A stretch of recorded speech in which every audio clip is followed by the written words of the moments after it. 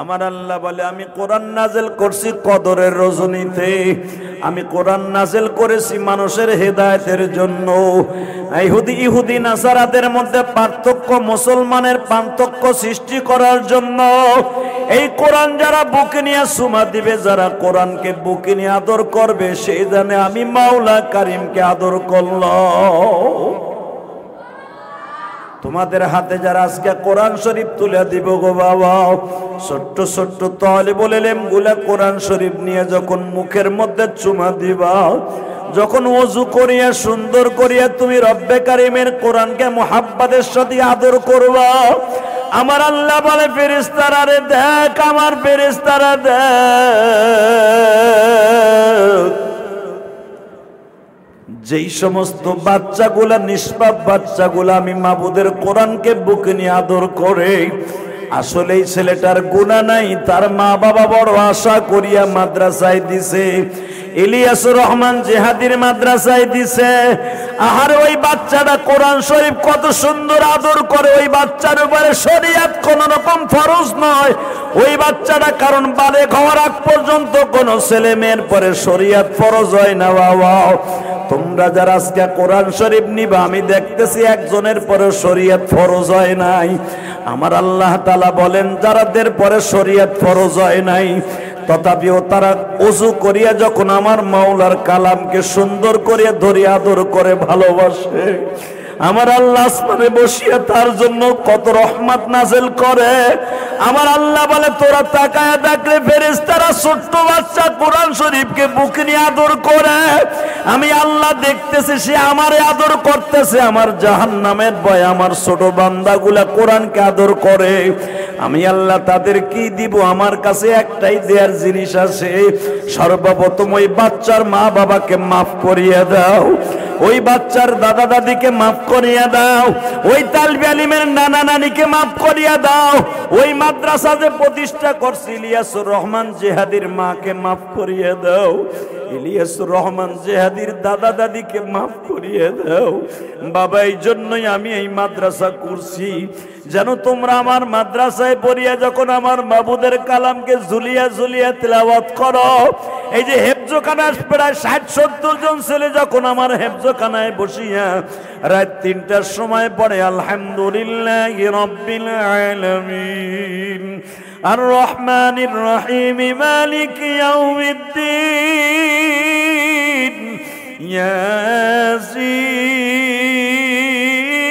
ইয়াসিন ওয়াল কুরআনিল হাকীম ইন্নাকা লামিনাল মুরসালিন তাবারাকাল্লাযী বিয়াদিহিল মুলক ওয়া হুয়া আলা কুল্লি শাইইন কাদির الذي خلق الموت والحياة ليبلوكم أيكم أحسن عملا وهو العزيز الغفور।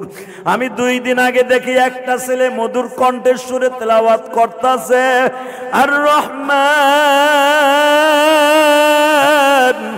علم القرآن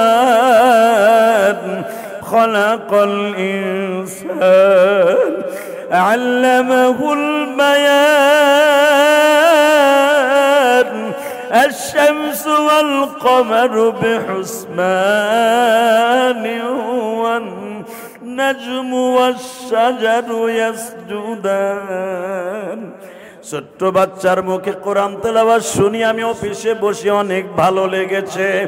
আমার আল্লাহ বলে কোন ছোট্ট বাচ্চা নাবালেগ বাচ্চা যখন ঝুলিয়া ঝুলিয়া কোরআন তেলাওয়াত করে, আমার আল্লাহর কলিজায় ইশকের আগুন লাগিয়া যায়, আল্লাহ রহমতের দরিয়ায় বাজান আগুন লাগিয়া যায়। আল্লাহ বলে সে আমার কালাম পড়ে না, আমি আল্লাহর সাথে কথা বলে। যখন বান্দা আমি মাওলার সাথে কথা বলে আমি আর সহ্য করতে পারি না, আমি আল্লাহর মন চাই ওই ছোট্ট বাচ্চাটারে আমার বুকের মধ্যে নিয়ে 2টা চাপ দেই। এই জন্য আবু মুসা আশারী রাদিয়াল্লাহু তাআলা আনহু থেকে হাদিস কাটা বর্ণিত। আবু মুসা আশারীর কণ্ঠ ছিল হাদিস আসছে বুখারীতে, তেলাওয়াতুল কালামের মধ্যে বাবা কোরআনের ফজিলাতের মধ্যে লম্বা চৌড়া কান হাদিস আছে। আবু মুসা আশআরী বলেন রাসূলের যুগে অনেক সাহাবী ছিল মিষ্টি ভাষায় মিষ্টি সুরে কোরআন তেলাওয়াত করত। তার মধ্যে বারা ইবনে আসিব রাদিয়াল্লাহু তাআলা আনহু, বারা ইবনে আযিম রাদিয়াল্লাহু তাআলা আনহুর নাম তোমরা বুখারীতে শুনছো। যারা বড় ছাত্র আছে উলামা একরাম আছেন তারা তো শুনছেন। এই বারা ইবনে আযিম রাদিয়াল্লাহু তাআলা আনহু, আমার আল্লাহ তার কণ্ঠে এত মধু দিয়েছিলেন যখন কোরআন তেলাওয়াত করতেন। আব্দুল্লাহ জুলবাজাইন যখন কোরআন তেলাওয়াত করতেন, আবু মুসা আশআরী রাদিয়াল্লাহু তাআলা আনহু যখন কোরআন তেলাওয়াত করতেন, হযরত হারিস রাদিয়াল্লাহু তাআলা যখন কোরআন তেলাওয়াত করতেন, আবু উবাদা যখন কোরআন তেলাওয়াত করতেন, এখানেই শেষ না বাজান রে। আলকামা রাদিয়াল্লাহু তাআলা আনহু যখন কোরআন তেলাওয়াত করতেন, আমার মনে হইতো আমার বিশ্বনবী হাদিসে বর্ণনা করেন, আমার মন বলে ওই সাহাবীর সাথে আমার আল্লাহর সামনে কোনো পর্দা থাকে না। আল্লাহর নবী বলেছেন যেখানে কোরআন তেলাওয়াত হয়, যেই জমিনে বসে কোরআন তেলাওয়াত হয়, যেই জমিনে বসে কোরআন তেলাওয়াত হয়, যেই জমিনে বসে কোরআন তেলাওয়াত হয়, আমার আল্লাহ বলতেছেন দুনিয়ার মানুষরা যেখানে কোরআন তেলাওয়াত হয় ওই কোরআন তেলাওয়াতের জায়গায় বসে আমার আল্লাহ মিষ্টি সুরে বলতে থাকে, কত আর আওয়াজ দিবি বান্দা জমিনে। আরে এই কবিতার ভাষায় বলে, কত আওয়াজ দিবি বান্দা মিষ্টি সুরে জমিনে, আসমান জমিন লৌহ কলম তোর লাগিয়ে, এই আল্লাহু আকবার বলতে পারে না? যত্ন করে দিলাম কোরআন জমিনে। আরে একজন আলেমকে, একজনের আলেমের গায়ে হাত দেয়া মানে সারা বাংলাদেশের তথাকথিত সারা বিশ্বের আলেমদের গায়ে হাত দেয়া। শুধু আধ্যাত্মিক রাহবার ফয়জুল করিম দামাত বারকাতুল আলিয়ার গায়ে হাত দেয় নাই, আমি মনে করি গোটা পৃথিবীর আলেমদের গায়ে হাত দিয়েছে ওই জালিম। কথা ঠিক না বেঠিক? যেই জালিম নায়েবে নবীর গায়ে হাত দিতে পারে, যেমনি আবু জেহেল আমার নবীর গায়ে হাত দিয়েছিল, এই বদবক কমিনা আর বিভিন্ন গ্রন্থে পাওয়া যায়, বিভিন্ন ইতিহাসে পাওয়া যায়, তারাই আলেমদের গায়ে হাত দেয় যাদের জন্মের মধ্যে ভেজাল আছে। কথা ঠিক না বেঠিক? যারা মা বাবার বৈধ সন্তান, এরা কোনোদিন আলেমদের সাথে বেয়াদবি করতে পারে না। আল্লাহ একজন আলেম এত সহজ ব্যাপার নয় বাবাজি, মনে রাখবা তোমরা সহজেই যে এত কষ্ট করে গরমের ভিতরে তোমরা হেফজোখানায় লেখাপড়া করো, মৌলানা খানায় লেখাপড়া করো, সেই নুরানি খানা থেকে তোমরা আলিফ বা তা আসা, আমার মাবুদের কোরআনের পিছনে 16-17টা বছর, কোন কোন উলামা একরামের প্রায় 18-19-20 বছরও লেগে যায় যদি তাখাসসুল ফিকহ, মুফতি, মুহাদ্দিস, বড় বড় সময় দার্শনিক হতে হয়, উচ্চ ডিগ্রি অর্জন করার জন্য বাংলাদেশের বাইরে যেতে হয়, মিশর, তারপরে Azerbaijan, Iran, Iraq, Iran, Malaysia, সেই জামিয়াতুল আজহারিতে যদি যাওয়া লাগে তোমরা জানো আরো সময় বেশি লেগে যায়। একজন আলেম নায়েবে নবী এত কষ্ট করে কোরআন হাদিসের পিছনে মেহনত করে যেই রব্বে কারিমের সান্নিধ্য লাভ করে, যেই রব্বে কারিমের কাছে শুকরিয়া আদায় করে, সারাটা জীবন 17-18 বছর কোরআনের পিছনেই নষ্ট করে, কোনো পাশ্চাত্যের পিছনে, কোনো ইংরেজের পিছনে, কোনো ভৌগোলিক, কোনো নাস্তিকদের পাশ্চাত্যের শিক্ষা অর্জন করে তারা সময় ব্যয় করে না। যারা উলামা একরাম এত কষ্ট করে লেখাপড়া করে কোরআন হাদিসকে নিয়েই, সে আল্লাহর পবিত্র কালাম, যে কালামের জন্য আল্লাহ পৃথিবী বানিয়েছে, একজন আলেম এত কষ্ট করে আলেম হয়, তার গায়ে কোনো মা বাবার বৈধ সন্তান কোনোদিন একজন আলেমের গায়ে হাত দিতে পারে না। ঠোঁটো বিচারের অপেক্ষায় রইলাম।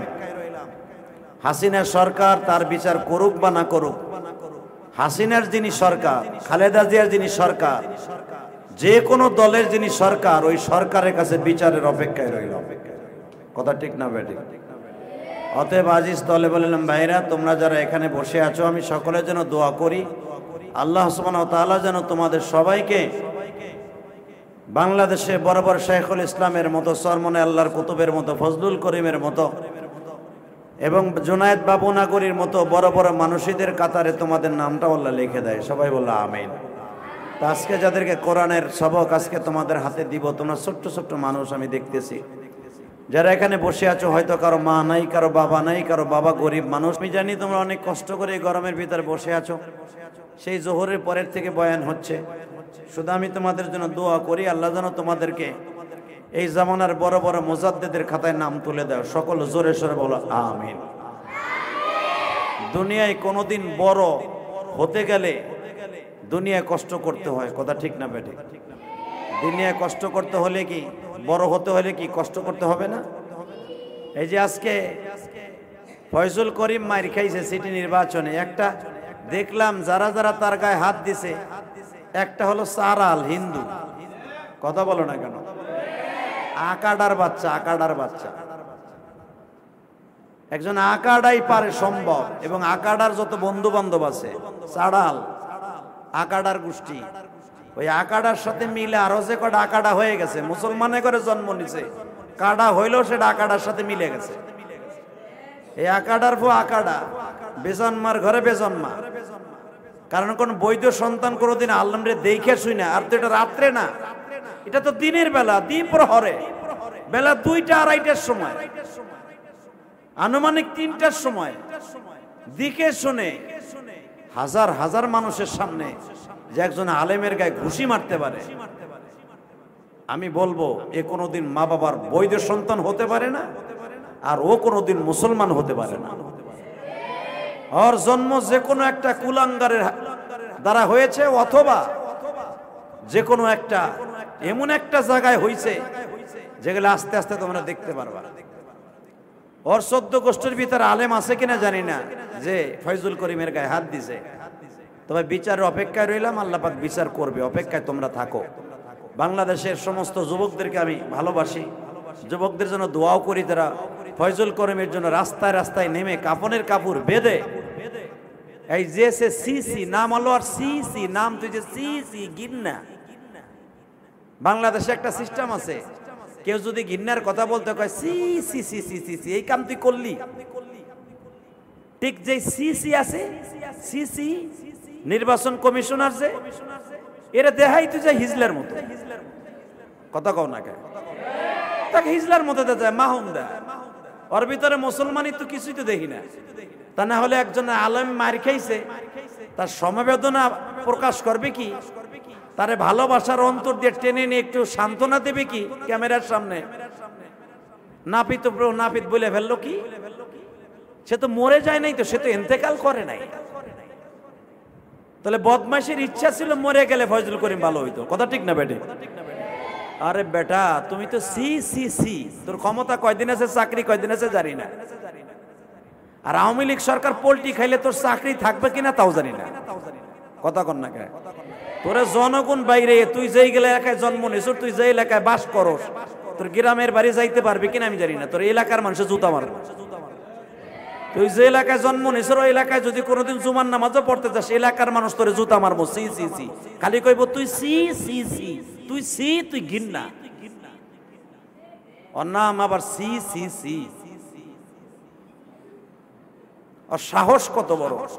যেই দেশে 95% মুসলমান, যেই দেশে আলেমকে ভালোবাসে 100%, এই দেশে একজন আলেম মাইর খাইছে, তারে দুঃখ প্রকাশ করবে কি? আর কয় সে তো ইন্তেকাল তো করে নাই।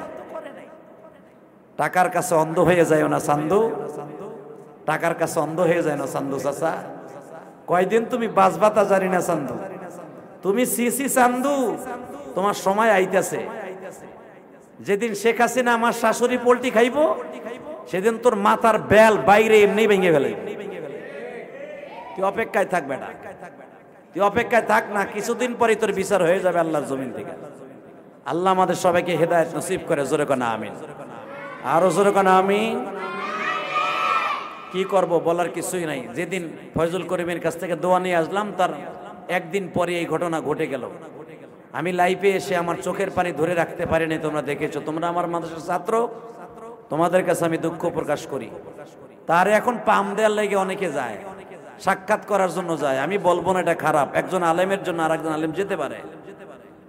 ফয়জুল করিমকে সান্ত্বনা দেওয়ার জন্য, তার দুঃখী ভাগী হওয়ার জন্য অনেকে যাচ্ছে, কিন্তু এতে তার মনে শান্তি নাই। কারণ তার ভিতরের আগুন আল্লাহ ছাড়া আর সে ছাড়া কেউ জানে না। যে একজন আধ্যাত্মিক রাহবার, লক্ষ লক্ষ কোটি মুরিদান যার বাবা ফজলুল করিম রহমাতুল্লাহ আলাইহির মুরিদ, বাংলাদেশে যত পীর আছে হক্কানি পীর, সবচাইতে বেশি মুরিদ হলো চরমনের। আমি মনে করি, আমি তো চরমনের মুরিদ না বেটা। আবার ভাইবো না, মিডিয়া আমার এখানে চলে আসছে ইসলামী বয়ানে, যে মিডিয়ার কথা শুনে অনেকে মনে করবে মানে চরমনের দালাল। বেটা আমি চরমনের দালাল না, আমি জীবনও চরমনাই বেটা, চরমনাই গেছি, কিন্তু চরমনের মুরিদ আমি না। চরমনার মাহফিলে আমার এই লাইফে, এই বয়সে, এই পর্যন্ত মাত্র একবার গেছি চরমনার মাহফিলে, তাও এইবার। আমি চরমনার দালালি করি না, আমি একজন আলেমের দালালি করি। কারণ আমার নবী বলেছে, আল উলামা ওয়ারাসাতুল আম্বিয়া, আলেম হলো নবীর ওয়ারেস।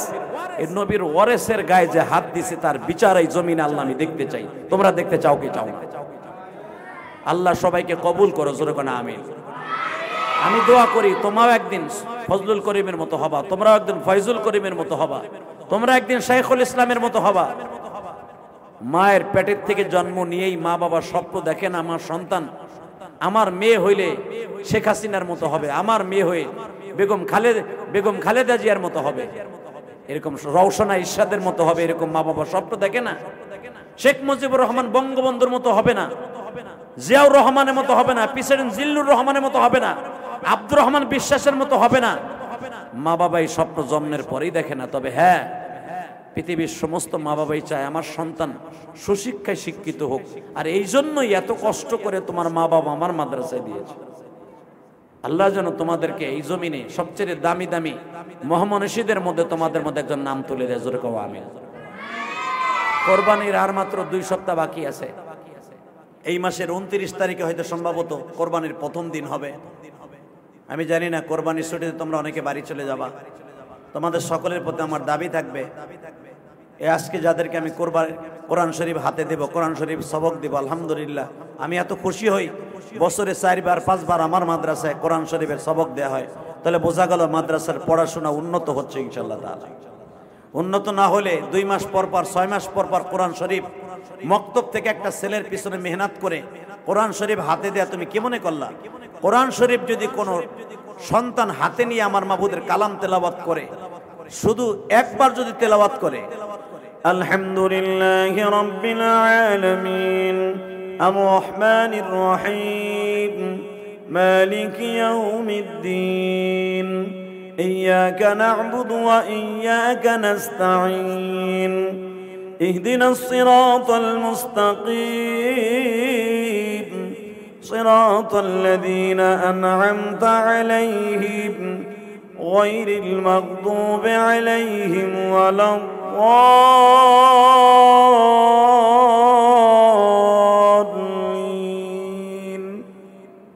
সকলে বলা আমিন। যদি কোনো সন্তান একবার তেলাওয়াত করে আলিফ লাম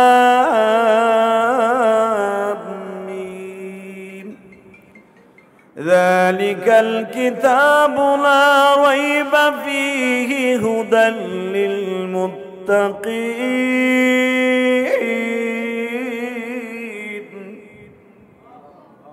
শুধু একবার তেলাওয়াত করে কোনো সন্তান। এখানে তো অনেক গার্ডিয়ান এসেছেন আমার এখানে, যদি জীবনে কোনোদিন একটা সন্তান মাদ্রাসায় পড়ে, মক্তবে পড়ে সূরা ফাতিহা, সূরা বাকারার 5টা আয়াত যদি তেলাওয়াত করে, ওই সন্তানের কোনো সওয়াবের দরকার নেই গো বাবা। তোমরা যেই সাইজে আজকে কোরআন শরীফ নেবা, তোমাদের বয়স 12 কি 13, কারো কারো বয়স আমি দেখতেছি 12-13 রূপের উপরে নয়। আমি তোমাদের সকলের কাছে একটা দাবি রাইখা যাই, যখন সন্তান কোরআন শরীফ হাতে নিয়ে তেলাওয়াত করে, এই নিষ্পাপ বাচ্চাদের কোনো সওয়াবের দরকার হয় না। আমার রব্বে কারিম বলতে থাকা ফেরেশতারা রে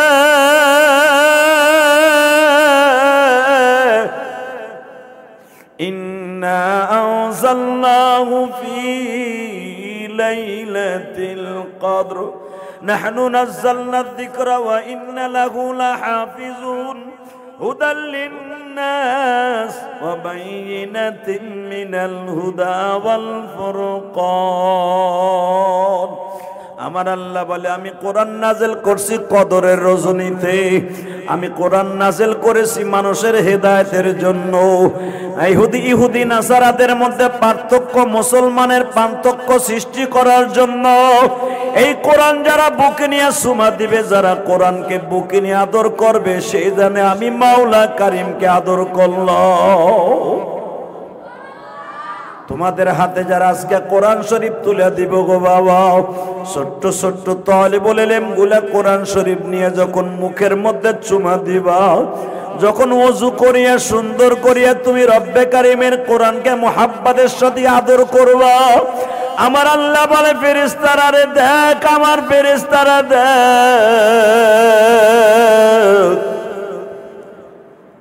যেই সমস্ত বাচ্চাগুলা নিষ্পাপ বাচ্চাগুলা আমি মাবুদের কোরআনকে বুকে নিয়ে আদর করে, আসলে এই ছেলেটার গুনাহ নাই, তার মা বাবা বড় আশা করিয়া মাদ্রাসায় দিছে, ইলিয়াসুর রহমান জিহাদির মাদ্রাসায় দিছে। আর ওই বাচ্চাটা কোরআন শরীফ কত সুন্দর আদর করে, ওই বাচ্চার উপরে শরীয়ত কোন রকম ফরজ নয়। ওই বাচ্চাটা কারণ বালেগ হওয়ার আগ পর্যন্ত কোন ছেলে মেয়ের পরে শরীয়ত ফরজ হয় না বাবা। তোমরা যারা আজকে কোরআন শরীফ নিবা, আমি দেখতেছি একজনের পরে শরীয়ত ফরজ হয় নাই। আমার আল্লাহ তাআলা বলেন যারাদের পরে শরীয়ত ফরজ হয় নাই, তথাপিও তারা ওযু করিয়া যখন আমার মাওলার কালামকে সুন্দর করিয়া ধরে আদর করে ভালোবাসে, আমার আল্লাহ আসমানে বসিয়া তার জন্য কত রহমত নাযিল করে। আমার আল্লাহ বলে তোরা তাকায়া দেখলে ফেরেশতারা ছোট্ট বাচ্চা কোরআন শরীফকে বুকে নিয়ে আদর করে, আমি আল্লাহ দেখতেছি সে আমারে আদর করতেছে। আমার জাহান্নামের ভয় আমার ছোট বান্দাগুলা কোরআনকে আদর করে, আমি আল্লাহ তাদের কি দিব? আমার কাছে একটাই দেয়ার জিনিস আছে। সর্বপ্রথম ওই বাচ্চার মা বাবাকে মাফ করিয়ে দাও, ওই বাচ্চার দাদা দাদিকে মাফ করিয়া দাও, ওই তালবে আলিমের নানা নানিকে মাফ করিয়া দাও, ওই মাদ্রাসা যে প্রতিষ্ঠা করছে ইলিয়াসুর রহমান জিহাদির মাকে মাফ করিয়া দাও, ইলিয়াসুর রহমান জিহাদির দাদা দাদিকে মাফ করিয়া দাও। বাবা এই জন্যই আমি এই মাদ্রাসা করছি, যেন তোমরা আমার মাদ্রাসায় পড়িয়া যখন আমার মাবুদের কালামকে ঝুলিয়া ঝুলিয়া তিলাওয়াত করো, এই যে হেফজখানায় প্রায় ৬০-৭০ জন ছেলে যখন আমার হেফজখানায় বসিয়া রাত ৩টার সময় পড়ে আলহামদুলিল্লাহি রাব্বিল আলামিন আর রহমানির রহিম মালিকি ইয়াউমিদ্দিন ইয়াসিন ওয়াল কুরআনিল হাকীম ইন্নাকা লামিনাল মুরসালিন তাবারাকাল্লাযী বিয়াদিহিল মুলক ওয়া হুয়া আলা কুল্লি শাইইন কাদির الذي خلق الموت والحياة ليبلوكم أيكم أحسن عملا وهو العزيز الغفور। আমি 2 দিন আগে দেখি একটা ছেলে মধুর কণ্ঠের সুরে তেলাওয়াত করতেছে আর রহমান علم القرآن خلق الإنسان علمه البيان الشمس والقمر بحسبان والنجم والشجر يسجدان ছোট্ট বাচ্চার মুখে কোরআন তেলাওয়াত শুনি আমি অফিসে বসে অনেক ভালো লেগেছে। আমার আল্লাহ বলে কোন ছোট্ট বাচ্চা নাবালেগ বাচ্চা যখন ঝুলিয়া ঝুলিয়া কোরআন তেলাওয়াত করে আমার আল্লাহর কলিজায় ইশকের আগুন লাগিয়া যায়, আল্লাহ রহমতের দরিয়ায় বাজান আগুন লাগিয়া যায়। আল্লাহ বলে সে আমার কালাম পড়ে না, আমি আল্লাহর সাথে কথা বলে। যখন বান্দা আমি মাওলার সাথে কথা বলে আমি আর সহ্য করতে পারি না, আমি আল্লাহর মন চাই ওই ছোট্ট বাচ্চাটারে আমার বুকের মধ্যে নিয়ে দুটো চাপ দেই। এই জন্য আবু মুসা আশারী রাদিয়াল্লাহু তাআলা আনহু থেকে হাদিস কাটা বর্ণিত।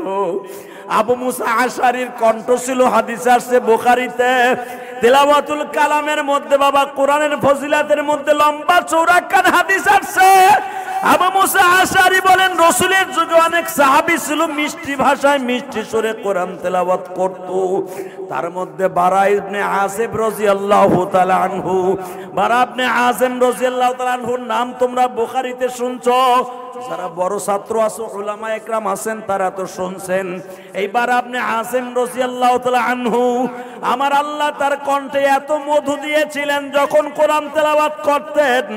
আব্দুল্লাহ জুলবাজাইন যখন কোরআন তেলাওয়াত করতেন, আবু মুসা আশআরী রাদিয়াল্লাহু তাআলা আনহু যখন কোরআন তেলাওয়াত করতেন, হযরত হারিস রাদিয়াল্লাহু তাআলা যখন কোরআন তেলাওয়াত করতেন, আবু উবাদা যখন কোরআন তেলাওয়াত করতেন, এখানে শেষ না বাজান রে, আলকামা রাদিয়াল্লাহু তাআলা আনহু যখন কোরআন তেলাওয়াত করতেন আমার মনে হইতো আমার বিশ্বনবী হাদিসে বর্ণনা করেন আমার মন বলে ওই সাহাবীর সাথে আমার আল্লাহর সামনে কোনো পর্দা থাকে না। আল্লাহর নবী বলেছেন যেখানে কোরআন তেলাওয়াত হয়, যেই জমিনে বসে কোরআন তেলাওয়াত হয়, যেই জমিনে বসে কোরআন তেলাওয়াত হয়, যেই জমিনে বসে কোরআন তেলাওয়াত হয়, আমার আল্লাহ বলতেছেন দুনিয়ার মানুষরা যেখানে কোরআন তেলাওয়াত হয় ওই কোরআন তেলাওয়াতের জায়গায় বসে আমার আল্লাহ মিষ্টি সুরে বলতে থাকে কত আর আওয়াজ দিবি বান্দা জমিনে।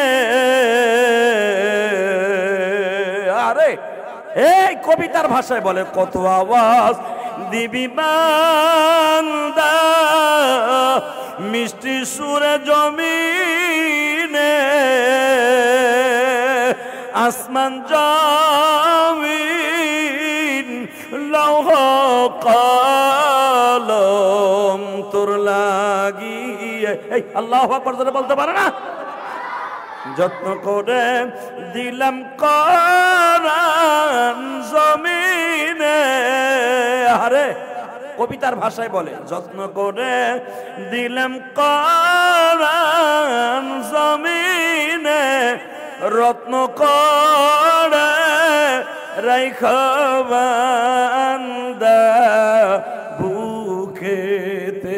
এই যারা হেফজখানায় পড়ো তাদেরকে টার্গেট করে ইমাম গাজালি রহমাতুল্লাহ আলাইহি সুন্দর ভাষায় একটা কবিতা বলেছে, যত্ন করে দিছে কোরআন মাওলা জমিনে, রত্ন করে রাইখা বান্দা বুকেতে। সবাই যেদিন ভুলে যাবে তোমার কোরআন তোমায় ভুলবে না কবরি। কথা আর বলবো না, শুধু তোমাদেরকে উদ্দেশ্য করে বলবো হেফজখানা যে সমস্ত ছেলেরা আছো আমি তাদের সকলের জন্য দোয়া করি আল্লাহ যেন তোমাদেরকে ইমাম গাজালির মতো বানায় দেয়, ফয়জুল করিমের মতো বানায় দেয়, শেখুল ইসলাম আহমদ শফির মতো বানায় দেয়, জুনাইদ বাগুনাগুনের মতো বানায় দেয়, আহমদ শফি সাহেবের মতো বানায় দেয়, আনোয়ার শাহ কাশ্মীরের মতো বানায় দেয়, কারি তৈব সাহেবের মতো বানায় দেয়, এবং সমস্ত নাস্তিকদের বিরুদ্ধে বজ্র মুষ্টি ধারণ করে প্রত্যেকটা বেঈমানের বিরুদ্ধে যেন আল্লাহ হুঙ্কার দিয়া মাঠে ময়দানে কাজ করার তৌফিক দান করে। সবাই বলো আমিন, আর জোরে বলো আমিন। তাহলে তোমরা এখন ইসলামী মাজলিসে বসে বসলো, যারা ফয়জুল করিমের গায়ে হাত দিয়েছে প্রত্যেকটা নাস্তিকের চেহারা মাননীয় প্রধানমন্ত্রীর কাছে বলবো জাতির সামনে আপনি তুলে ধরেন, তা না হলে আজ হোক কাল হোক টুডু টুমুরু এই বাংলার মুসলমান আপনার কাছ থেকে কেমনে ওই চেহারাগুলো আদায় করতে হয় এটা আদায় করে নেবে। কথা ঠিক না বেটে? আপনার পুলিশ বাহিনী খুঁজা বাইর করতে না পারলেও এটা সোশ্যাল মিডিয়ার যুগ। এই প্রত্যেকটা বেজন্মাকে তালাশ করে বাইর করা যাবে। কথা ঠিক না বে ঠিক? কোন মা বাবার বৈধ সন্তান আলেমের গায়ে হাত দিতে পারে না। রাতের অন্ধকার দিয়েছে তা নয়, দিবালোকে দ্বীপ্রহরে যখন হাত দিয়েছে, প্রত্যেকটা বেয়াদবেরকে আমরা চিহ্নিত করে রেখে দিয়েছি। বাংলার সমস্ত প্রশাসন তাদের ক্ষমা করলেও আশেকে রাসূলেরা, চরমনায়ের মুরিদেরা, ফয়জুল করিমের মুহিব্বিনরা একটা বেঈমানকেও ছেড়ে দিবে না, দিবে না, দিবে না, দিবে না। প্রকাশ্যে যদি তওবা না করে, প্রকাশ্যে যদি সরকারের কাছে ক্ষমা না চায়, ফয়জুল করিমের কাছে যদি ক্ষমা না চায়, একটা বেজরমারও ছেড়ে দেওয়া হবে না। কথা ঠিক না বেঠিক? কি তোমরা রাজি আছো না নাই? জোরে বলো, রাজি আছো না নাই? আল্লাহ সারা আজকেই 18 কোটি মুসলমানের অন্তরে কষ্ট পেয়েছে একজন নায়েবে নবীর গায়ে হাত দেওয়ার কারণে। আজকে যে আমার বুকের মধ্যে যন্ত্রণার পাহাড় নিয়ে বসে তোমাদের সামনে কথা বলছি, আজকে যে মুখ দিয়ে আমার যে কথাগুলো বের হচ্ছে কম কষ্টে বের হচ্ছে না, কেন আমি বলি নাই। যারা নবীকে গালি দেয়, আলেমকে গালি দেয়, আলেমের গায়ে হাত দেয়, বিশ্বনবী বলেছে এদের জন্মের মধ্যে কোথাও না কোথাও ভেজাল আছে। অতএব তোমরা সকলেই দোয়া করো এই প্রত্যেকটা বদবক্তকে যেন আল্লাহ জাতির সামনে তুলে ধরে। সবাই বলে আমিন। আমি এখন কোরআন শরীফের সবক দিব। কোরআন শরীফের সবকের মধ্যে বসে ইনশাআল্লাহ তাআলা তোমরা এদের সাথে তেলাওয়াত করবা। আল্লাহ যেন আমাদের সবাইকে কবুল করেন এবং যে